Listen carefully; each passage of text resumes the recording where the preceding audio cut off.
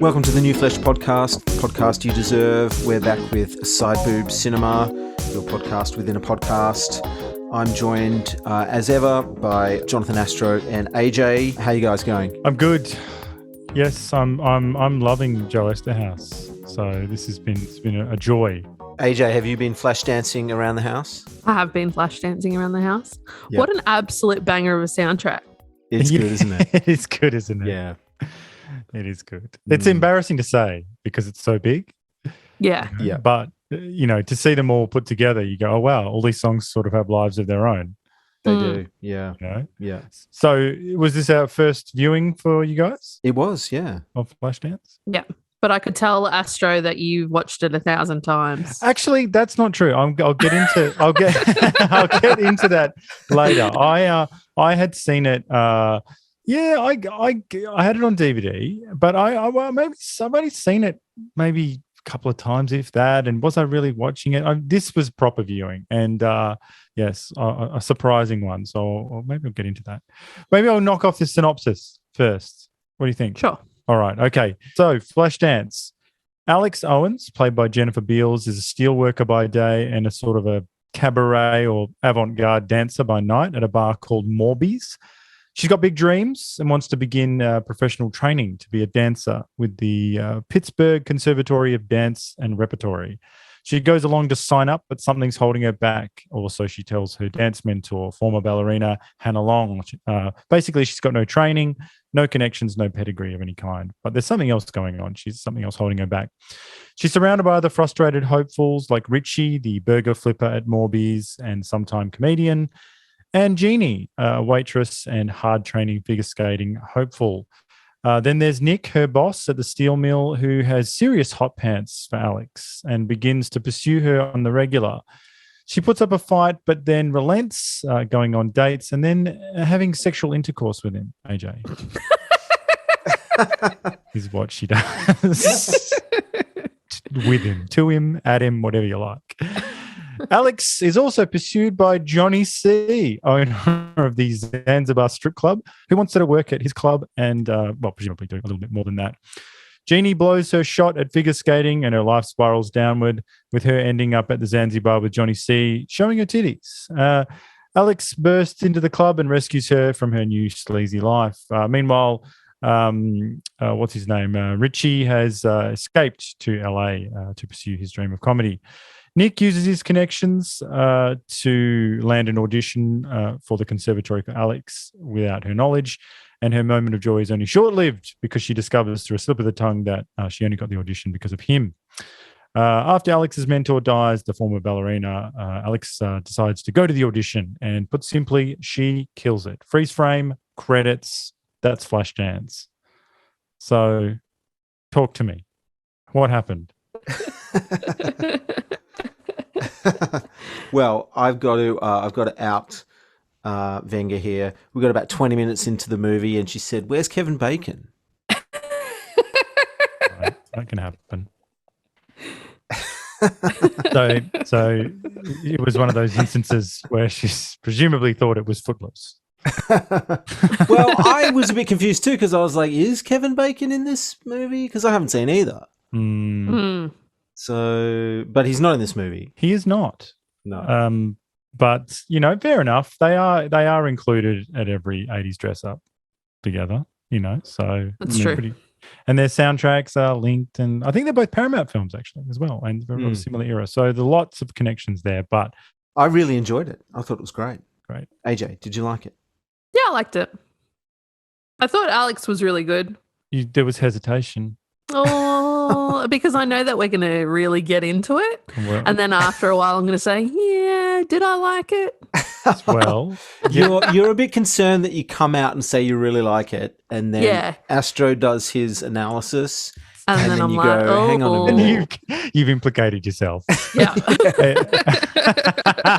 Well, that's cheap, AJ. I want you to really go out on a limb and say, you know what? I loved it, and I don't care. Top 5. Yeah. Top 5, dead or alive.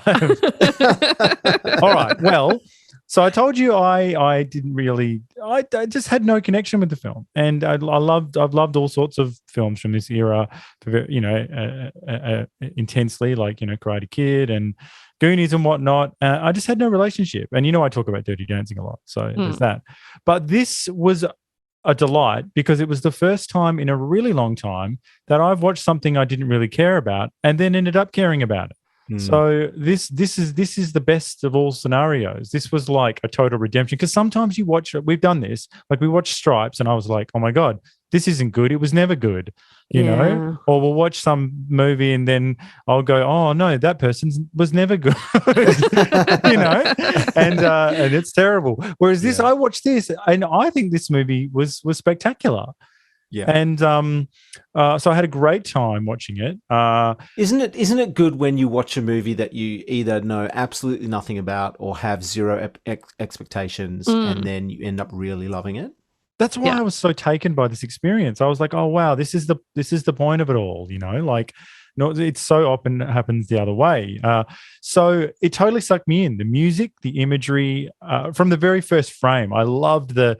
I've got a penchant for giant titles scrolling across the screen. It happens in Rocky, obviously. It happens in Cruising, and here's another one, Flashdance, and just like would have filled up the whole fucking screen. Just, and I was like, oh wow. And then the magic hour shots and the title track. And Jennifer Beals, her beguiling beauty and her youth and enthusiasm. So this was pure cinema, like dialogue kept to a minimum, as it should be. It was just music and editing and performance, and I was delighted, really, overall. Because it sucked me, like it's my favorite type of story because it's a movie about dreams, and we can criticize this, shortly, but it's characters all struggling to get out of their desperate situations, like in that Saturday Night Fever kind of way, and an ice skater comedian, over the hill dancers and whatnot. It's also a bit of a documentary of sorts because of Beals's age. Do you know what I mean? Because she's so young, she's got that thing that young people have, like it's hope, potential, energy. It's in the eyes, right? And so it's a documentary. Like you don't have that thing. That's why Molly Ringwald is such a curmudgeon now. You know what I mean? It's because now she's all like, nah, like Alyssa Milano, like, nah, like get off my lawn, like, oh, John Hughes, he was a creep, like it's just. Like they don't have that thing that she's got in this movie, which is like just she lights up your life. You go, oh, wow, this is amazing. And just, it's a joy to watch. But it's a hero's journey. It's the last thing I'll say. It's a hero's journey. And that's the most essential type of story in the cinema, So really archetypal hero's journey here.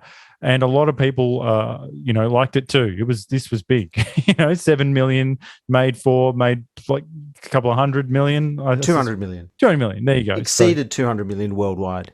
Wow. And the soundtrack would have gone bonkers as well. It did, like 700,000 sales in the first few months or something, I think. And I reckon we're in that situation again where no one talks about the fucking film. That's why it was such a shock. No one talks about the movie.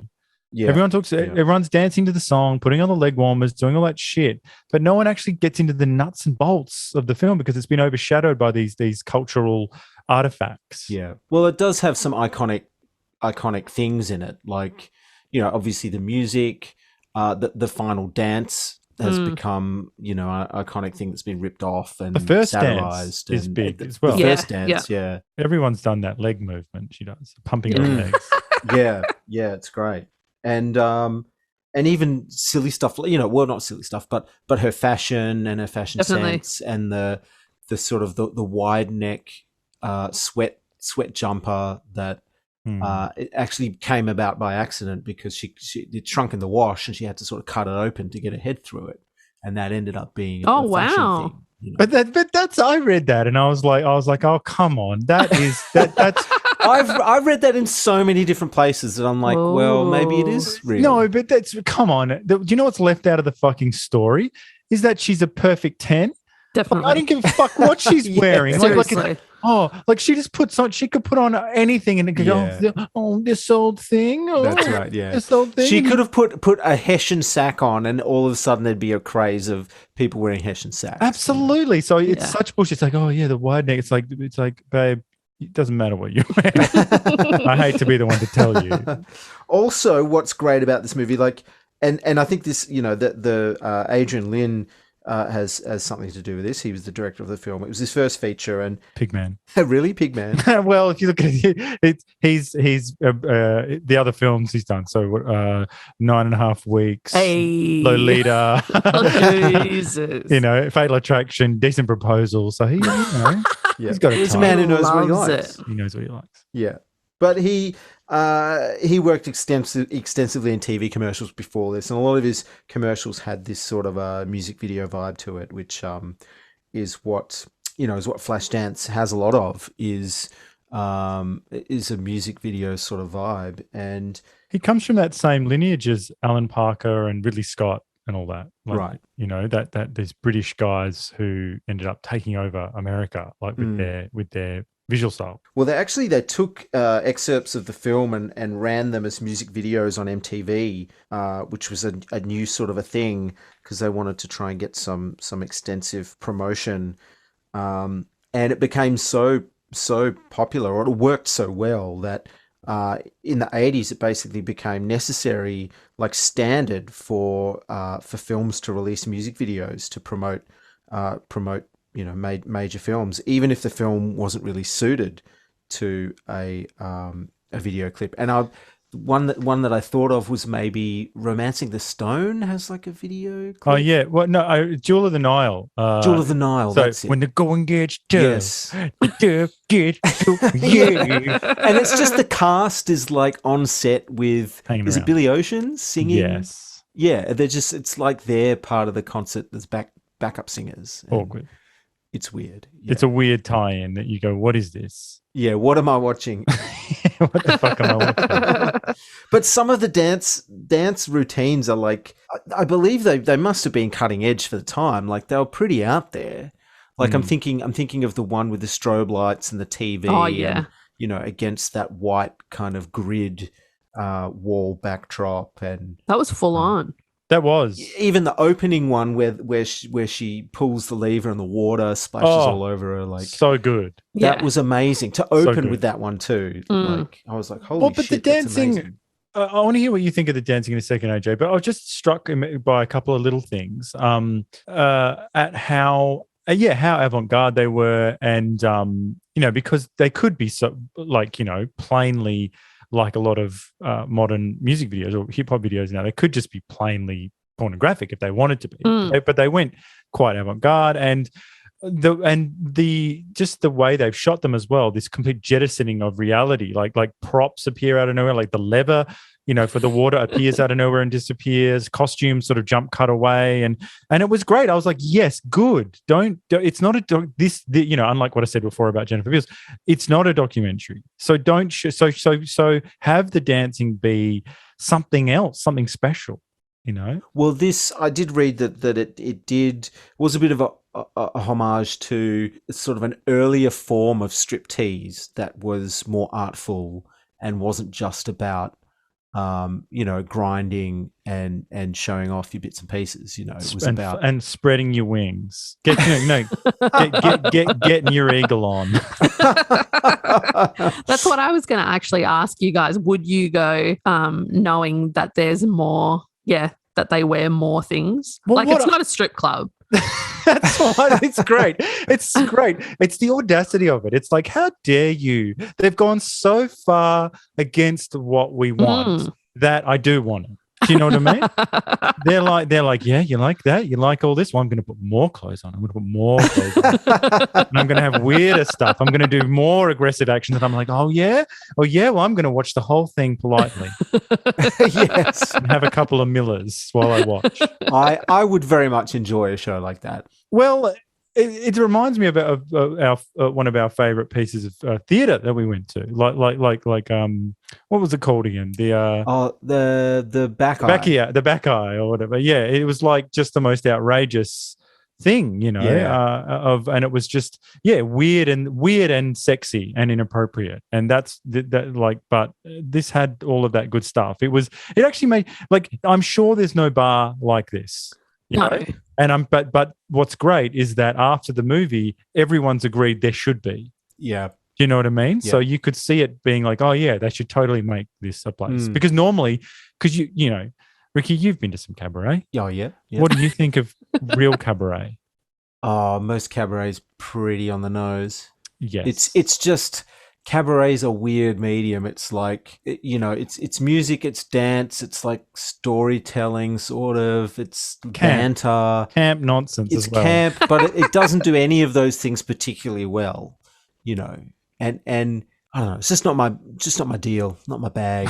No, it's not good. No, it's no good. But I want to see a cabaret like this, you know. So, what was our favorite, AJ? What was your favorite dance sequence out of all of them? I did like the first one and the last one. I really enjoyed the judge blowing his nose to the time of the music. Yes. And her breakdancing was pretty cool in the middle. Yes. 4 or 5 different dances. Yes. Yeah. In that. Yeah. And if you play that breakdancing move in slow-mo, you can see the guy's moustache. That's amazing. Really? Yeah. That's it was part of my trivia, but Crazy Legs, which is the breakdancer, he was willing to wear a wig, he was willing to shave his legs, and stunt double, but he absolutely refused to shave off his mustache. We've got to call that the Cesar Romero. Like that's when you refuse, when you say, "Look, I'll play the Joker. I'm just not going to get my mustache off." Yes, that's the Cesar Romero. Then the person's like, "Are you sure it's just that the Joker doesn't have a mustache?" He's like, "I don't care." All right. So we're shooting tomorrow. Are we shooting tomorrow or what? That's so anyway, good. Here's the script. Mr. Romero, here's the first script. Thank you very much.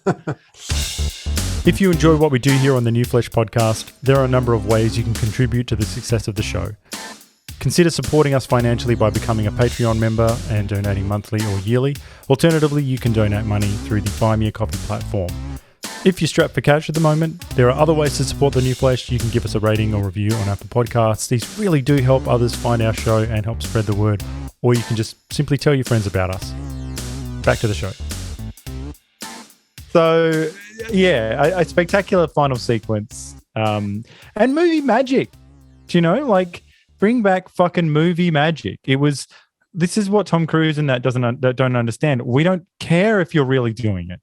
I want there to be 5 different dancers to do all different things. That's incredible. Like that they were like, I think Jennifer Beals was saying, she's like, oh yeah, well, they had all these different dancers. Like, you know, if one of them couldn't do the thing, another one could, you know, and they got them to do all sorts of different things. You know what I mean? Like that.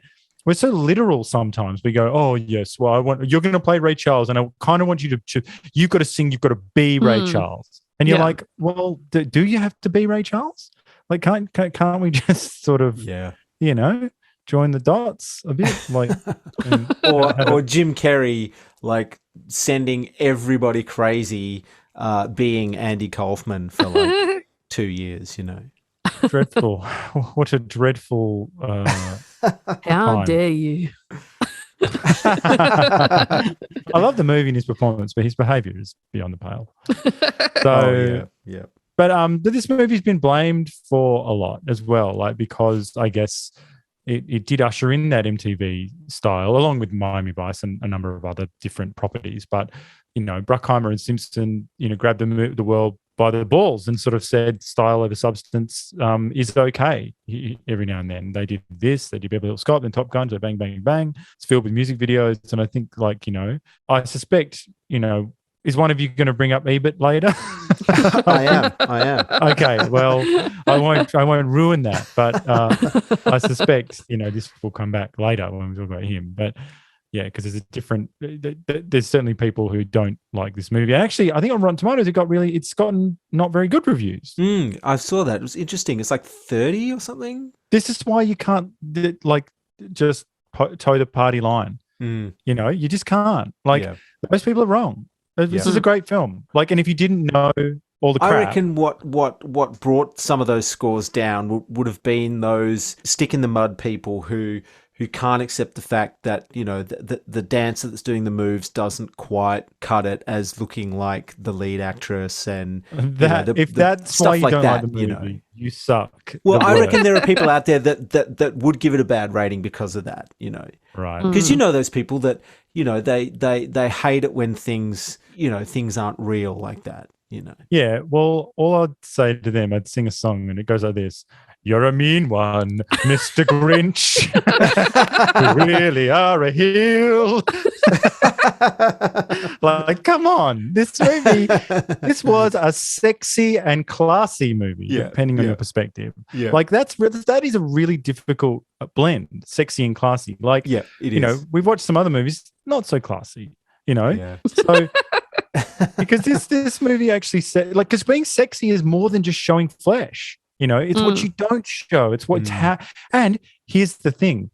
This is why it's real cinema. It requires imagination, and it requires someone who understands all this and has a very specific skill set, which Adrian Lyne has, and that's why he's done it several times, is because part of the reason, I'm drawing a few things together here, but if you've ever looked at Buster Keaton or Charlie Chaplin, what they do is so brilliant because they take items and they reinterpret them, like, you know, using a shoe as a you know, as a meal and just treating it like a meal and stuff. Like that's the part of the magic of what they do. And Adrian Lyne's got his own magic here by making, you know, unexpected things sexy. Like, a water falling from the ceiling using like an old-fashioned like toilet handle, like to pull the thing and her arched back as the water splashes down, you know, from the ceiling, which he said, and he called it a wet dance. He said, I wanted a wet dance, you know, so, and I didn't know really what it should look like. And, or the reinterpretation of, like that tuxedo scene is just spectacular stuff. Like you know, she's got, firstly, she's eating lobster in the most incredible way. Like, how do you? What is the well? I don't know what the direction would be because you don't want to tell her too much. You know, but you're just sort of like, I want you to sort of fuck him with the lobster. You know, like I've got this in my notes as the lobster crotch scene. Well, all of that happens. So no, because think about it. Like she rubs his pecker with her foot, and she's got hot stockings on as well. Really hot. Those stockings are incredible, and she's really smushing. You know, yeah. AJ smushing in there, smushing and then that dick, and then the 1, 2, 3. Or she goes to battle with that other chick, which is great as well, the ex-wife. But then the reveal of the cravat, you know, the side boob itself appearing. You know, and by the very virtue of the name of this podcast, I have to say that is a 10 out of 10. You know, so a cravat, like a tuxedo cravat with like nothing else on. Yeah, but also the cuffs, just the cuffs. The cuffs. Yeah. Yes. It's very Playboy, you know. Yes. Oh. Yeah, she's a metal worker. It's fucking hot. Yeah. So good. Yeah. Should we talk about the metalwork? Well, yeah. Well, one sec. Firstly, there's two other things just while we're in Sexy Town. So, removing your bra, like while talking to him casually, like that is amazing. That's incredible. I was like, wow, this is iconic. Like that's just because it would seem so natural. Like it's sexy, but it's not. It's also very everyday, you know. And it's sexy for a man. Is it sexy for a woman? Well, I don't know, AJ. Is it? Because you're right, it is so natural. But it was odd that it was the first time he came over and she just didn't give a fuck. Yet she scrubbed the floor in the outfit that she wore when she went out. I was like, I think that's part of her appeal, though. Is the happy-go-lucky, like, you know, is not precious about things. Really optimistic. Yet she's crazy as well. And crazy. Yeah. I'm so glad you brought. She's fucking crazy, and I loved it. I'm so glad you said that. I was like, yes, this is so true, and so this is the real side of that chick. So I really felt for that guy as well. I was like, oh man, when she's slapping the shit out of him. I was like, I was like, this is the part of that going out with that chick that no one ever tells you about. That she's fucking crazy. Yeah. And it's like, what, do you think you're just going to get this hot 18-year-old like dancer chick who's like, smushing your dick with her foot? You think you're just going to get all that for free? Come on, bro. Come on. You got to pay the piper. She's going to smash up your windows. Yeah. She's going to walk out in a tunnel. Yeah. Yes. Yeah. So just one last sexy thing. Sorry. No, there's a sexy clown. She was a sexy clown in one scene. There was like a Pagliacci style clown. I was like, oh, there it is, weird boners. So just thought I'd note that. Weird clown boners. Weird clown boners. But I just finished this whole thought process by saying women are so powerful. Do you know what I mean? Like she was like the example of, of a kind of gender specific power that I think Douglas Murray's talked about in his book. Yeah. You know what I mean? That it's sort of a thing we dare not name. The thing that can bring down an empire. Yeah. Do you know what I mean? Like it's just, I was like, yes, all of this. Well, she can turn that Nick guy who runs the steel mill and looks like he's pretty successful by the car he drives, like into a total blithering bitch mess. Punk bitch, yes. A total punk bitch mess. Instantly. Yes. So metalwork. Metalwork. What do you make of the metalwork? AJ. I thought it was badass. It is pretty badass. Like 18 and doing that, it's quite loose. But yeah, she totally killed it. It was believable. It was good. It was a nice touch, I think, to have doing a working class sort of a profession, I think was. But it's so funny nice. the way things change because, there was no talk about what she was doing. There was no talk about her working at a steel mill. She didn't talk about how oppressed she was. She didn't talk about how she was the only woman there. Yeah. Do you know what I mean? Yeah. Like that is the difference between then and now. Like the situation's the same. But now the movie would be about the steel mill. And it would be it would be about a whole different thing. And they would just say all of that. And it doesn't need to be said. No. And she could have hold her own. That's right. And she was like, I don't know. Like it was interesting that it didn't go down the route of, everyone who works at this steel mill is a pig and can just go and that was going to be one of my comments, is that 100% if she's working in that industry, all those guys would be absolute pigmen. Well, like the mines. even today, it would have been even worse back then. But she's extraordinary though. Like she is on the mines. We all know this. You work on the mines. You can be a 5, and up at the mines, you probably go up to a 7 or an 8. You might even be a 9 up there. So this chick is unambiguously super hot. Like she's so hot that you probably go up to her and say, "I'm sorry, you can't work here." Why not? Why not? You're extremely qualified. You're just too hot. I'm going to pay you to not be here. Go on. Well, this is actually based on a real woman. Have you heard this story? I vaguely, yes. Maureen Marder. It's based on her life, loosely based on her life. She actually signed an agreement with Paramount, releasing her life story from any claim to the film, and in return she received a check for $2,300. Oh yeah, that's good payday. And the movie later grossed over $150 million, and she spent the last 30 years trying to get more money. Jeez. Yeah, well, that is the deal, though. Like, you didn't believe in them before, so. I mean, well, she apparently was based in Toronto, and she was a steel worker by day and a stripper by night. So yeah, that's well, it's amazing. This sort of feeds into. There's a lot of people involved in this movie who who obviously went on to big things, and that kind of sort of hunting down of story material is something that definitely Don Simpson and Joe Bruckheimer have been involved with. And there was another woman, I forget her name, one of the producers, Linda Obst, maybe. I think she's done something similar, and she's been involved in a whole bunch of other things. So that is a real hallmark of this movie. This movie is one of those movies, like Beverly Hills Cop, like Top Gun, because Top Gun, Don Simpson apparently was in the dentist and he was read an article about flyboys. And he was like, just called the guy who wrote the article and said, I want this. This is amazing. So this, I could imagine that being just, there's so many parts to this story. It begins as just like, a couple of dot points of someone's life, and then you get that signed away, and then you get in, this British commercial director, and he brings his talents, and then you bring in you've got Joe Esterhaus and his co-writer, even though Joe's listed as second, but you bring in the writers, and then they do their thing, and then you've got the producers. I know that Jerry Bruckheimer and Don Simpson were heavily involved in the the music and all the big picture stuff. They are the prototypical,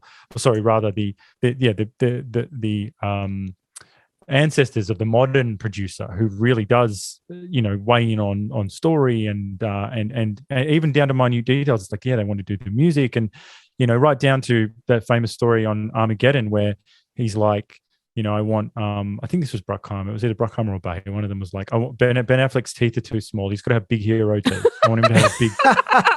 So they gave him a plate with big hero teeth. That's amazing.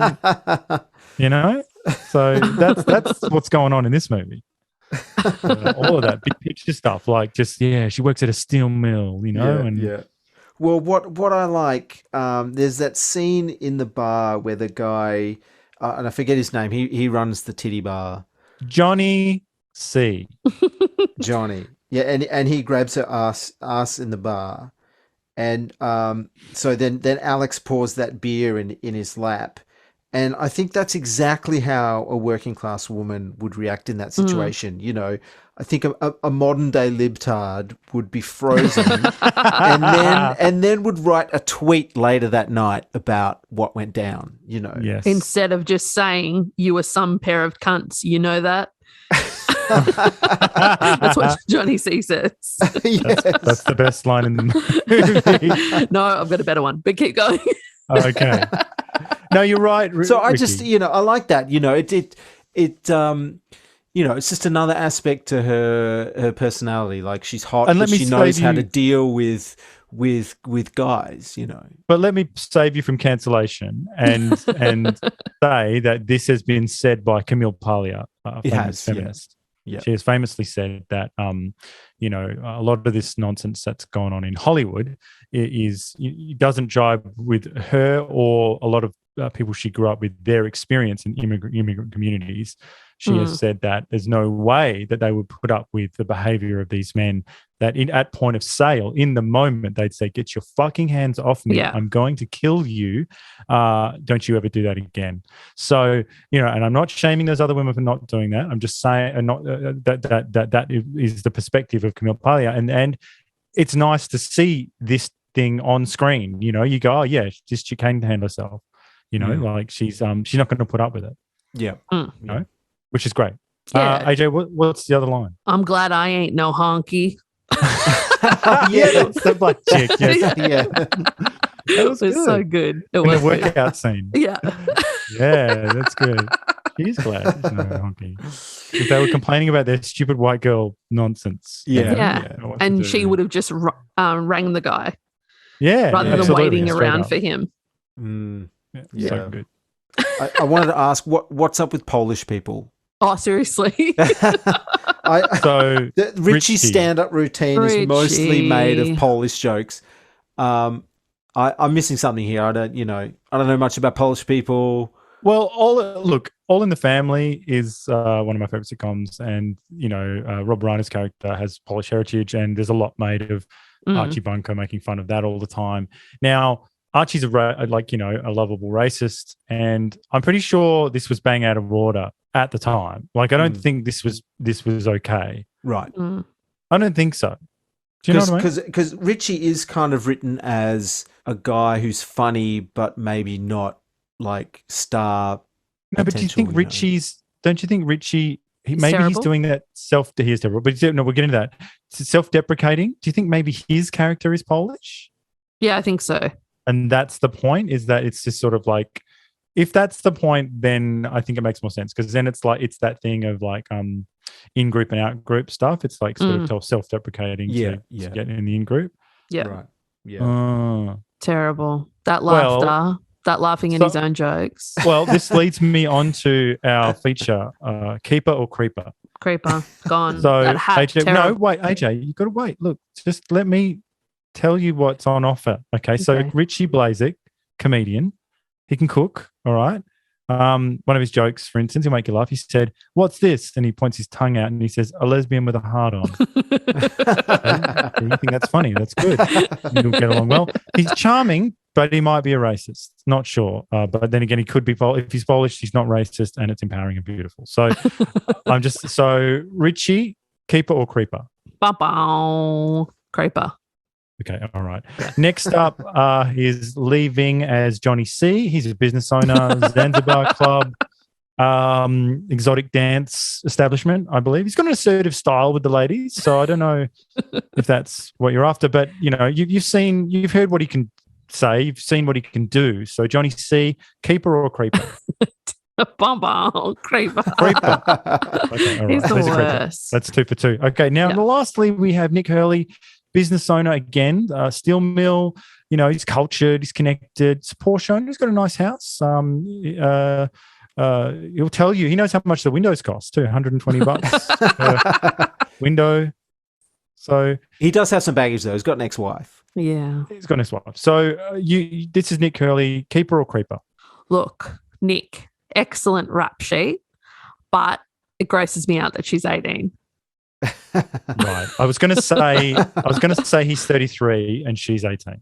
No, he's 36. Ooh, is he? No, wait, because I've done them. He's 18 years her senior. Is that 36? It is. Quick maths. That's not great. Okay. So does that bring him down a peg? Yeah. Okay. A big peg. Right. So keeper or creeper?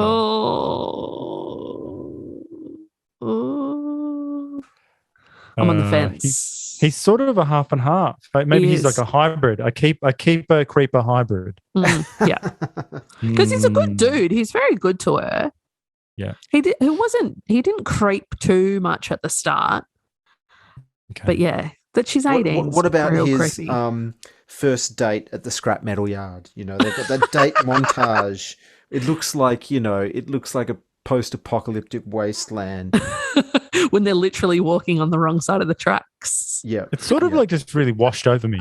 Yeah. There's a few of those dialogueless sequences that and I like that. It's like a tone poem. Like you just, But after that scene, Alex sort of breaks down about, how much she, dreams about being a dancer.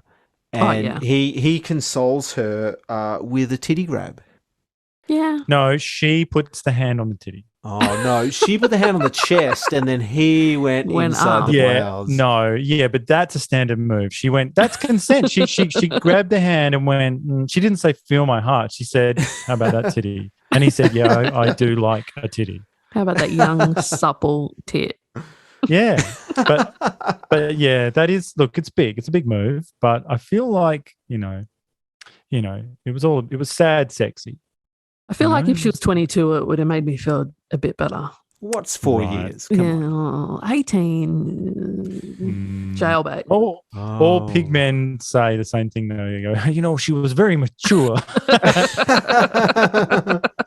Yeah, I don't know. She didn't even need to be 18, though. I don't know. What to say. I think the dancing thing makes it that she'd have to be 18 because dancers are over the hill. Dancers cannot be late 20s. Yeah, that's you true. can't be starting out as a dancer late 20s. That's true. Maybe it's a product of the story itself. Yeah, because when you're spitballing the story, you want her to be at that T-junction of that particular time of life. And unfortunately, you end up going, okay, well, who are the guys that she could be up with? And, in later versions of this story, like Save the Last Dance and whatever, they don't go down this route. Well, actually, this is just totally verboten now. This age gap, like it's just not done anymore. Not really, without making a fucking massive deal of it. Yeah. You can't just do entrapment. You can't have like Sean Connery and fucking Catherine Zeta-Jones and just go, yeah, it's what? It's just normal. What? He's 70, she's 25. It's all comes out in the wash. But yeah, so it's just not done, and maybe that's the movie showing its age where you're like, oh, okay, that's not on, because he is ultimately a creeper. Yeah. Well, as they say, old enough to bleed, old enough to breed. Okay, it's the second time you put that in this podcast. I know. Thank you, AJ, for deplatforming Ricky. Rightly so. Speaking of creepers, the strip club guy, like, isn't it sad when Jeannie ends up with that guy? Okay. It's been real though, isn't it? It is real, but it's still sad. It is sad. And I think that was sad. And I think the old dancer was sad in the end. Nearly brought tears to my eyes. Yeah. For sure. But she was giving it. Yeah. Richie didn't give a fuck about. I didn't care that he came back. I didn't care that he left. And the old bird, when she died, I didn't really care about that. Well, fair enough. They didn't really. Well, her mentor was really. They had a bit of a cold relationship. Like, they didn't really give her. Actually, they gave that beat. They gave that washed up dancer at the club. That maybe that should have been given to the That's mentor. what I mean. Yeah. Yeah. I should have cared about her more.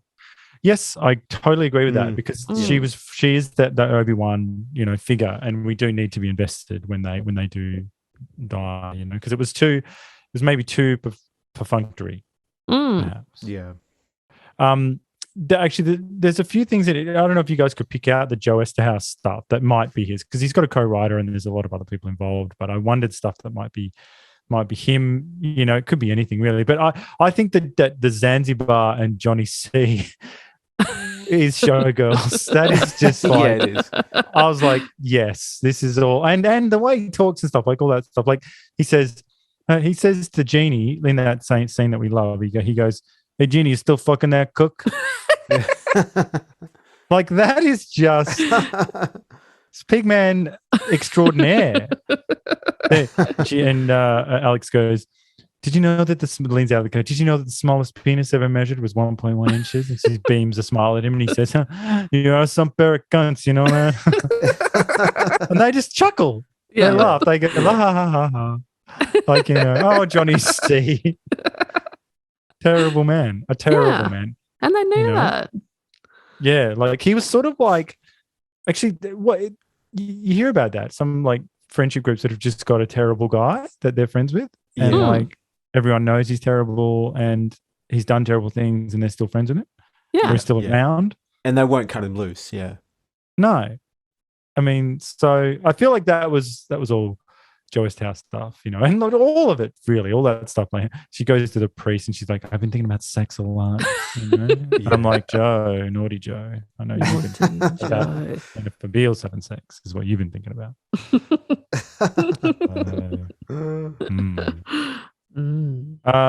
Well, we've got a couple of things. We've got so we've got the music, but I also want to talk about Don Simpson in a little more detail, because I think you guys are going to love that. But so what do you reckon, Ricky? Don Simpson. Okay, all right. So I've read a book on this guy many years ago. He's the co-producer along with Joe Bruckheimer. It used to be Simpson Bruckheimer. Now it's just Bruckheimer. They broke up around the time of just prior to The Rock, which came out in the 90s. I've given you some of their background, but basically, they were sort of in temperament, a bit of like a Laurel and Hardy sort of duo, and Simpson was the real live wire.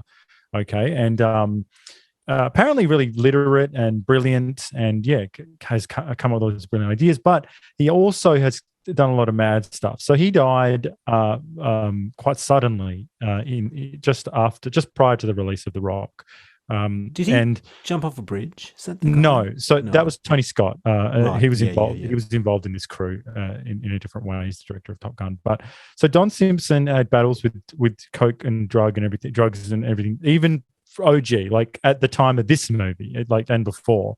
So he was famously, partied hard. This is from an article, How Sex and Drugs Brutally Ripped Apart Hot Hollywood Team. This is from the Wall Street Journal. Just a few excerpts here.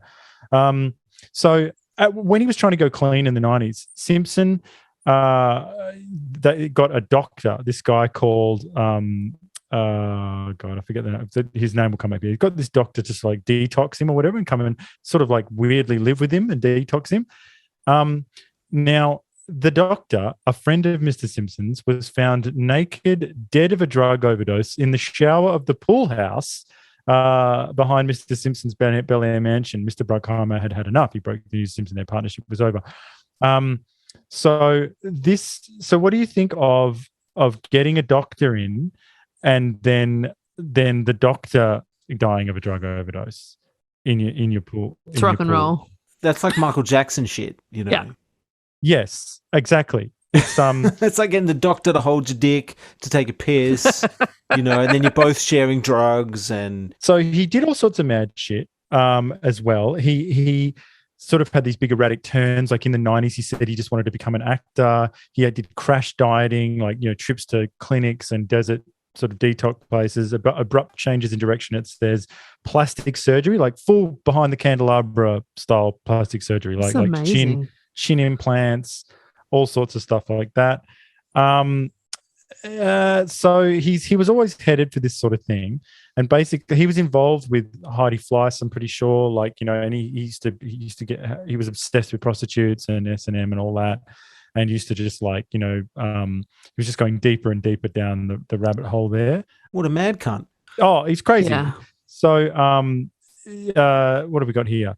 This is actually just on the positive side. It talks about why they were good together, and it says Simpson Bruckheimer films had young, sexy stars and an energy that came to symbolize the 1980s.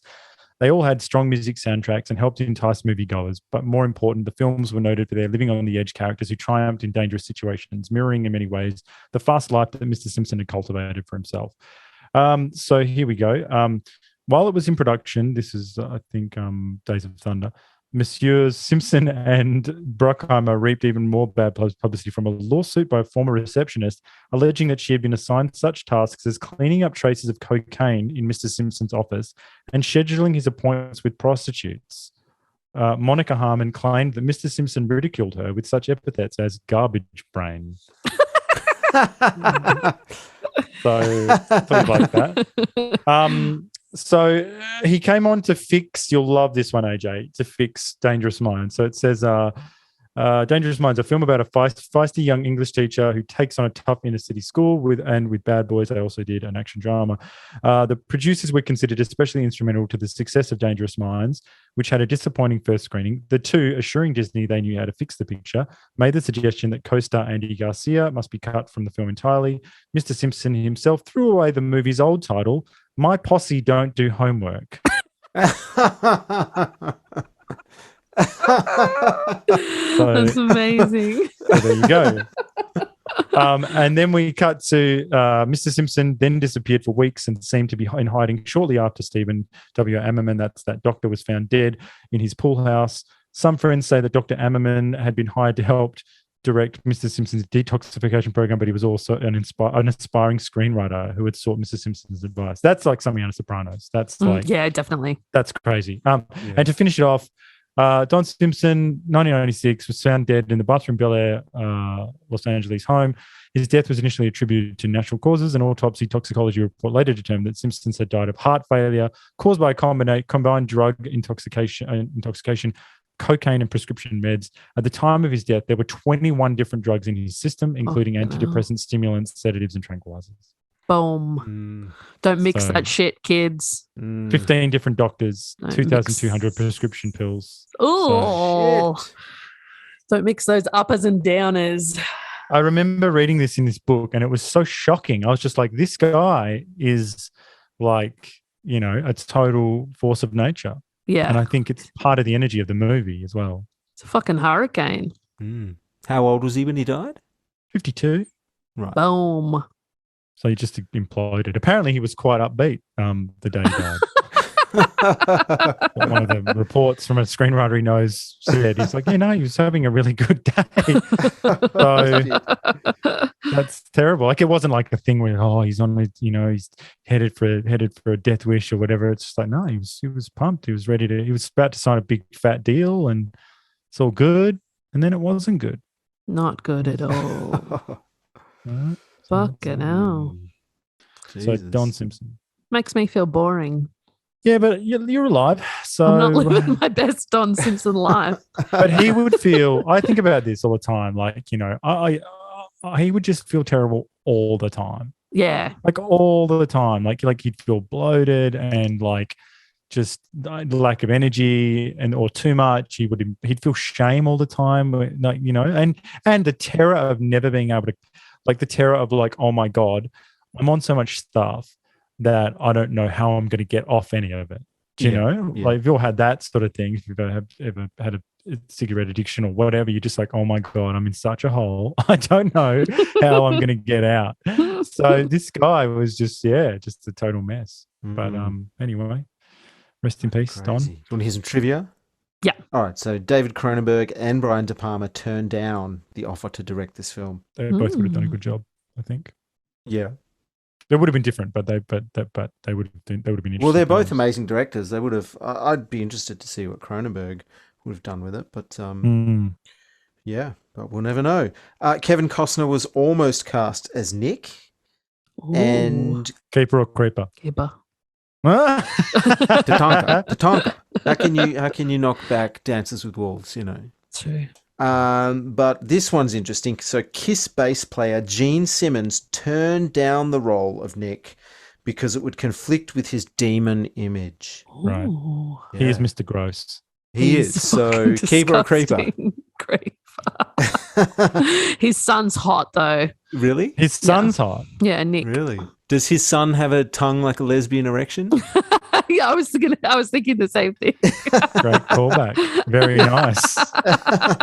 Al Pacino turned down the part of Nick because it would compromise his gangster image. What? That's ridiculous. He was in Cruising, like around about the same time. I don't know. That's just that's my trivia. Now this is a good one. The traffic cop that directs the traffic with the outrageous kind of choreography and moves and stuff. He's actually a real guy, and he's known in Pittsburgh as the Nureyev of the intersection. Oh, so he's been doing that shit for 30 years. I thought that was really fun. That part. Yeah. Love But it. it also made me think, haven't we had traffic lights for like the longest time? Are there cops that still do that? No, weren't the traffic lights out? Oh, or maybe, but it seems to be at the same intersection every day. So That's weird. I don't know. Well, it's where, you know, you come from like a small towns and cities like us, all of us, we don't know what goes on in metropolitan areas. So, I mean, think about it. The 80s in Australia compared to the 80s in America. Oh my God.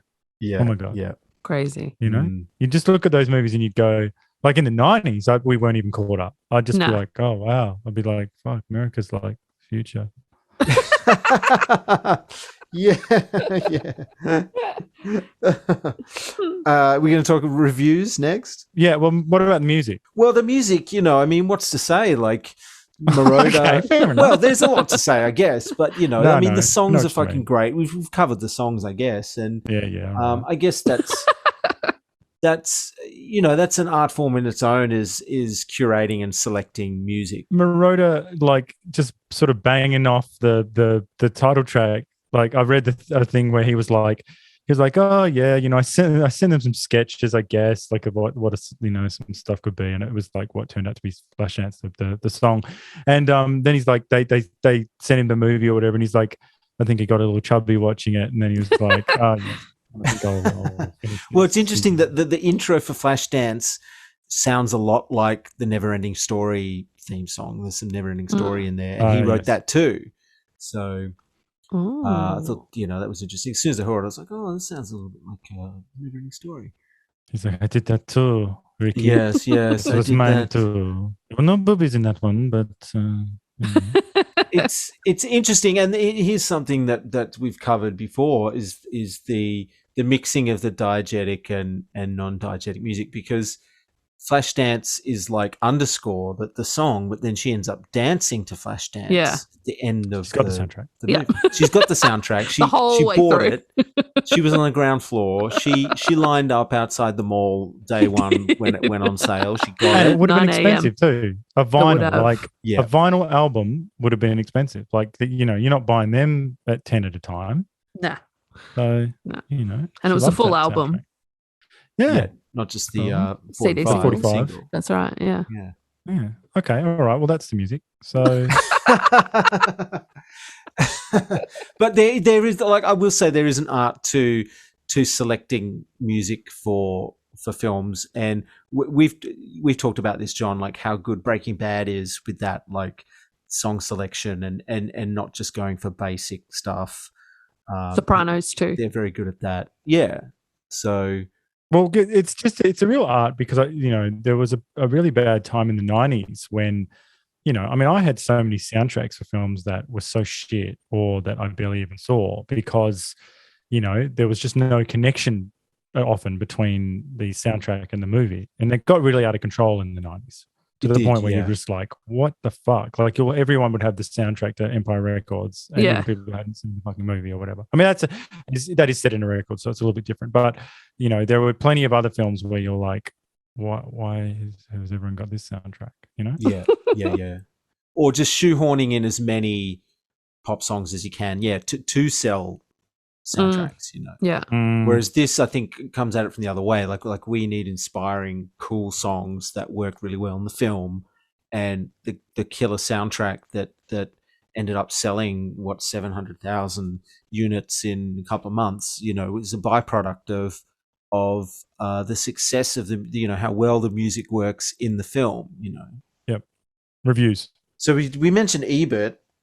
He hated it, of course. It's on his list of most hated films. I think he had released a book called I Hate It or something. Wow. Right. And it's in that. He gave it 1.5 stars out of Ebert 4. is the Green Goblin of Sideboob Cinema. He is. He really is. Like, he just keeps coming back. I know. His main gripe was that it wasn't realistic. That the bar, the premise, Alex's apartment, like almost everything, he had a gripe about how it was, unbelievable. And the New York Times also had a big problem with the premise of a hot young welder and the sleek look of Pittsburgh at night. And I've got got a couple of paragraphs here from the New York Times. Sorry? What a beef to have, Like, I know. It's slick at night, isn't it? I know. But you read, You go, I'll read "Shut this up." thing to you here, and particularly the first paragraph. Like, it's a slam, but at the same time, it sounds awesome to me. Like, so here's two sections of this review from the New York Times.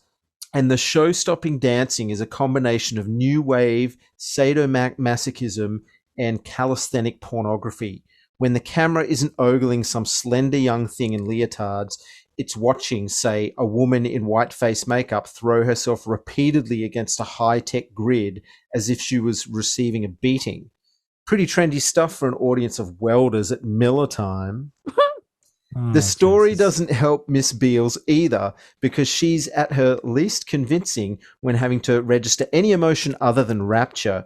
However, she's a lovely young actress with a sweetly flirtatious manner, and the movie uses her most effectively when it simply washes her. Oh, sorry, when it simply watches her. That was you. That was Freudian. You were like, you had the sponge bath, like, out, ready to go. You're pulling that lever. Yeah.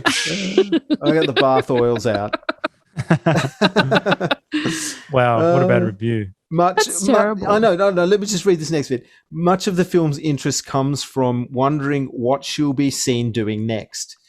Maybe riding her bicycle romantically alone at midnight. Anyone else tried that in Pittsburgh lately? Or perhaps lying in the afternoon light in her daintily worn denims, communing with her hound. In one scene, it even appears that Miss Beale's hair is being tousled through her hard hat. That's not possible, of course, but it's no less realistic than anything else in the movie. Oh my God. What a loathsome twat. I know, but most of what she's written in there sounds fucking awesome, you know? But she hates it. Well, that's like someone, just listing off Christmas Day and just in a hateful way, like, oh, just then the kids opened the presents and then we all sat around and caught up, had a bit of a drink and an eggnog and fucking terrible. I hated it. Yeah.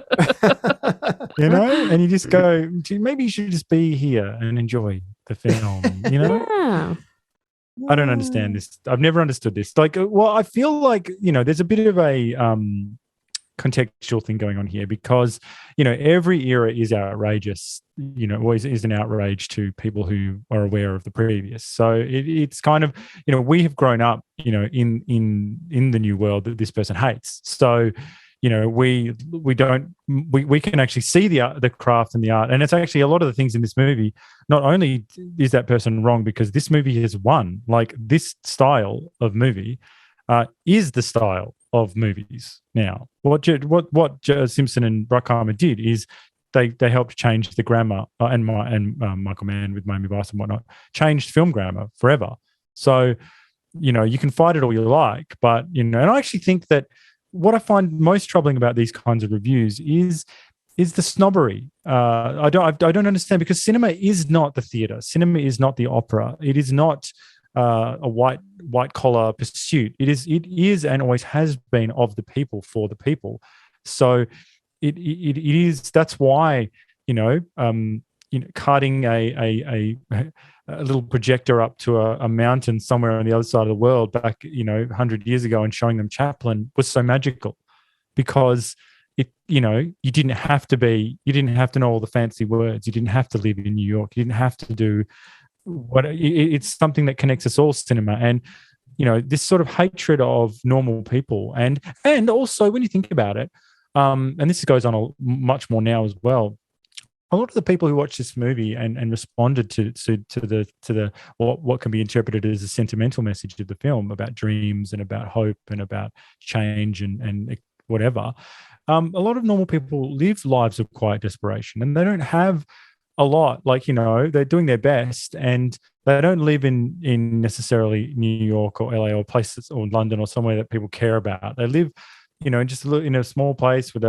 doing their thing. And, this was just, you go to a movie and you have an experience and you feel something and it was, and you get taken away and it's great. It's positive, whereas this hateful, it's also territorial as well. It's like, what? So did Flashdance at any point tell you that it was going to be Tarkovsky or, like it was, who it's for from the poster as well. So you should probably just say, I'm not going to review this one because I'm the Grinch. Also, that it's not unrealistic then. She was in Pittsburgh.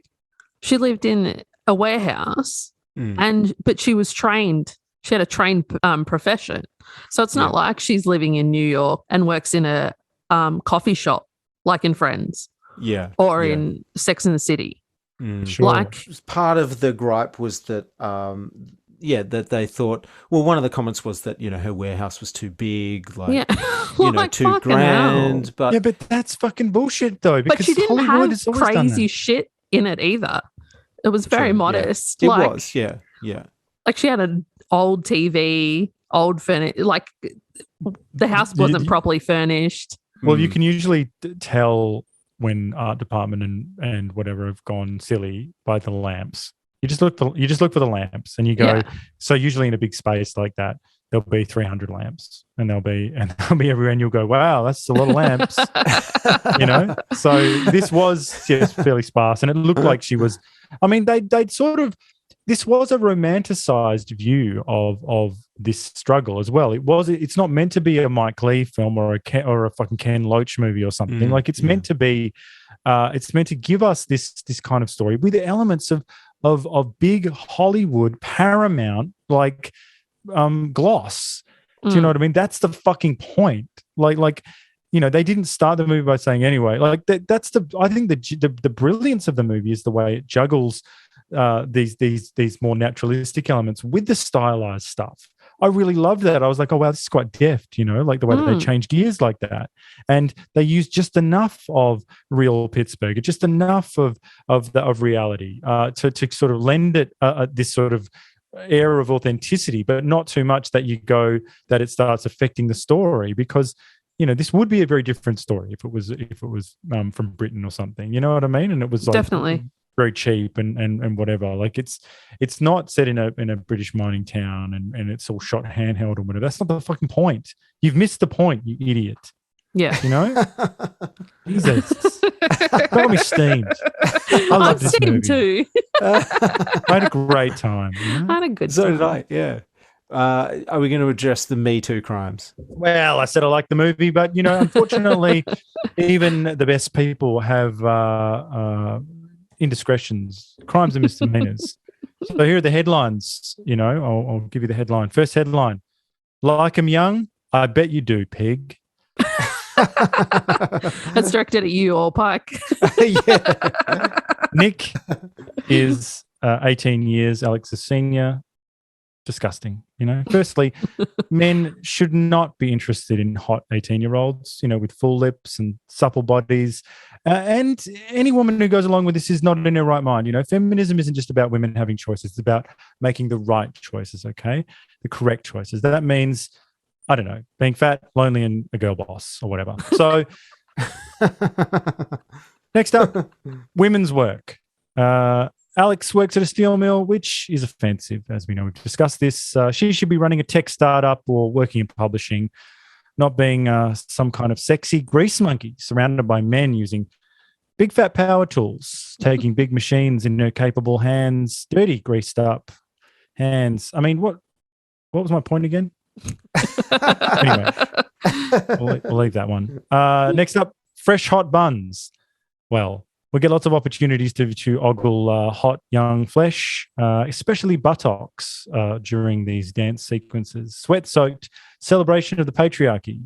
Johnny C says it best. He says, Cecil, this is a nice ass. Soft, round, snug. She likes it. So I think that sums up everything there from Johnny C.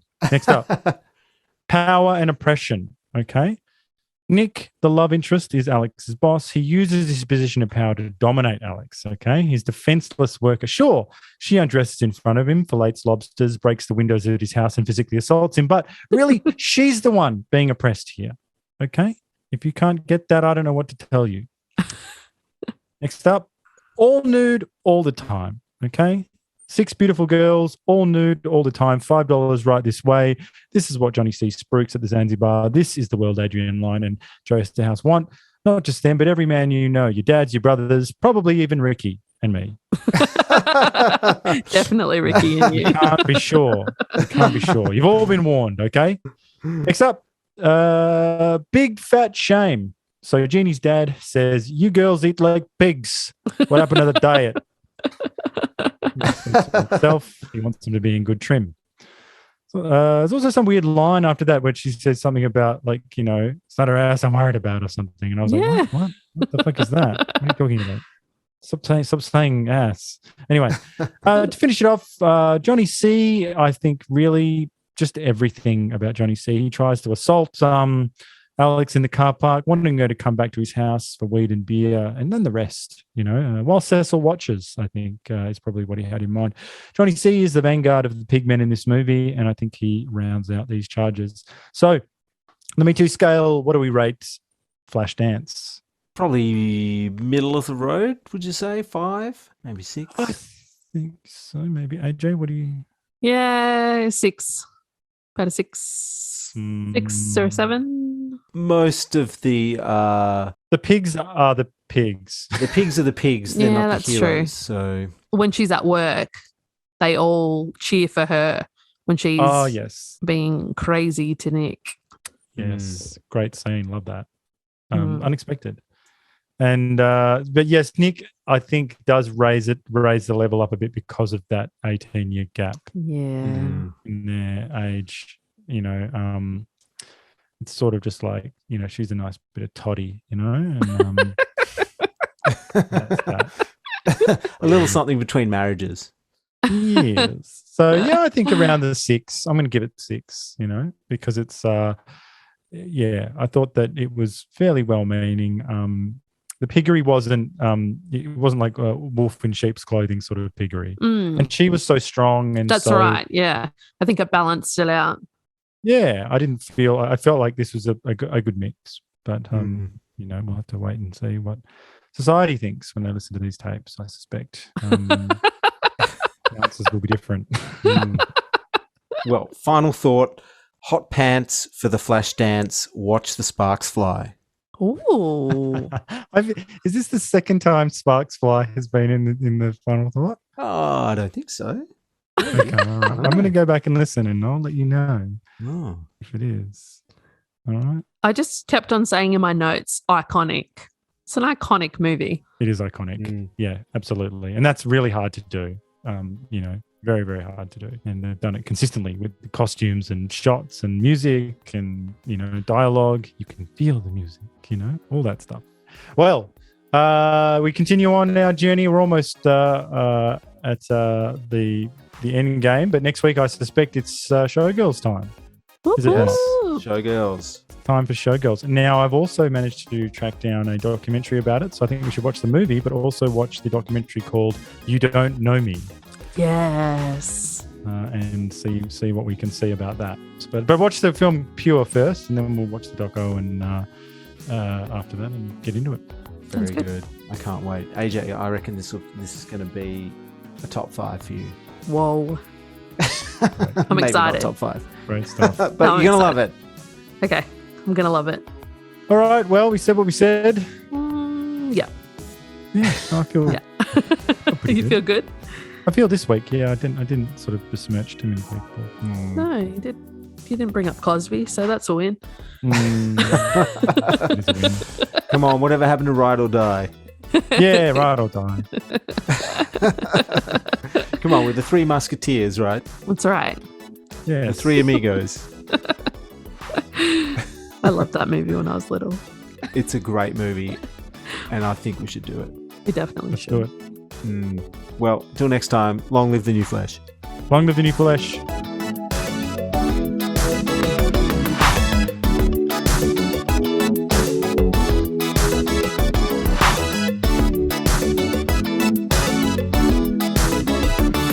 Does his son have a tongue like a lesbian erection? How about that young, supple tit? You're a mean one, Mr. Grinch. You really are a heel.